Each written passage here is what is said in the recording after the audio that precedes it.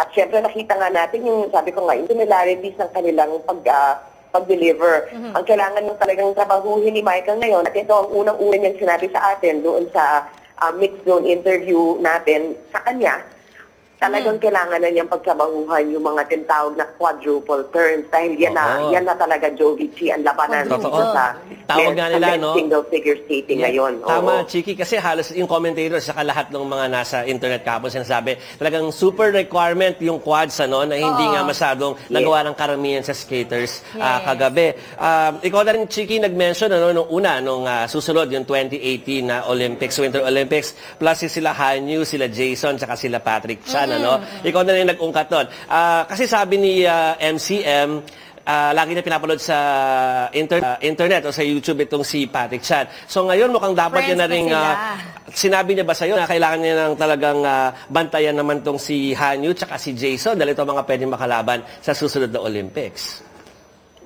Sila talaga ang kanyang mga peg, kumbaga. Talagang yun ang ginagawa niya, pinapanood na sila, at ini-emulate, ginagaya, talagang nandun na siya. And apparently, Jovi Chi, ganun ang gawain ng mga skater. Nakausap na natin ang mga medal winners pagkatapos nila bumaba from the podium. Si Dennis Penn, yun ang kinukwento niya. At alam mo, nakakatuwa, i-share ko lang sa inyo na meron silang mga personal congratulatory messages para kay Michael. Talagang tumatak mismo sa isip at dito sa mga medalists, sa mga malalaking mga skaters, yung effort at yung galing nitong si Michael. Talagang, Michael, nung nagpakilala ko na Philippine TV kami, of course, Michael's here, ganyan. At kinukwento ni Dennis na ganun daw siya sa simula. Talagang isa-save niya sa telepono niya yung mga performance, yung mga paborito niyang mga skaters. At nood lang sa nanood. At ganun daw talaga ganun ang paraan kung paano ka gagaling. Kagayahin mo lang yung mas magaling sa'yo. At pag-aaralan mo yung mga moves na sa tingin mo angkop sa'yo at kung paano na ginagawa. At doon ka gagaling. Chiki, ikaw mas nakasama mo si Michael. Ano? Sa amin, ang itsura niya sa amin, very inspired, very passionate young man na talagang may dreams, no? To be a great Olympian, di ba? Pa-Olympian. Ikaw ba, anong tingin mo sa kanya? What's he like in person? Siya ba, alam ba niya kung gaano siya kagaling at kung gaano kalaki yung promise, no, na pwedeng mangyari sa buhay niya as a Olympian, Chiki?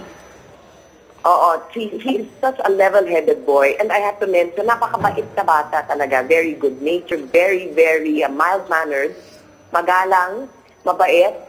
In contrast to the very, shall we say, controversial mami, si Mami Tess kasi talagang palaban yan. Very, walang inuurungan yan. And she speaks her mind. And sa aking observation, it seems to me like this is the best combination. Na ganun yung nanay, at yung anak naman is very focused and talagang very passionate about sport. Gusto niya talagang gusto niya mag-skate. Sa kwento nga niya, kahit na pagka-day off niya, makarinig na ng tutog. Nagsasayaw na sa isip niya.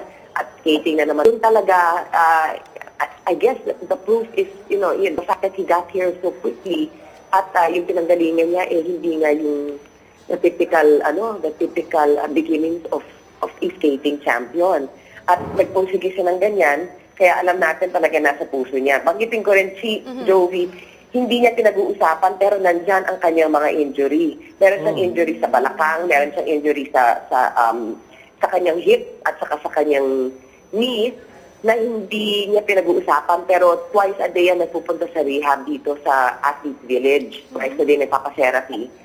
At iniindaman niya lahat ng sakit na yan, diretso pa rin siya, tuloy-tuloy pa rin siya. At, Chiki, hindi halata yung mga injury na yan sa kanyang flexibility na pinakita, no? Lalo doon sa mga extensions niya kapag siya nagpa-perform ng kanyang routine. No? Talagang hindi halata. So, parang bago sa aming pagdinig yung, although narinig namin na nung nagpa-practice Chiki, meron nga nangyari before, ano? Pero namin alam na talaga hanggang kahapon na meron siyang iniinda.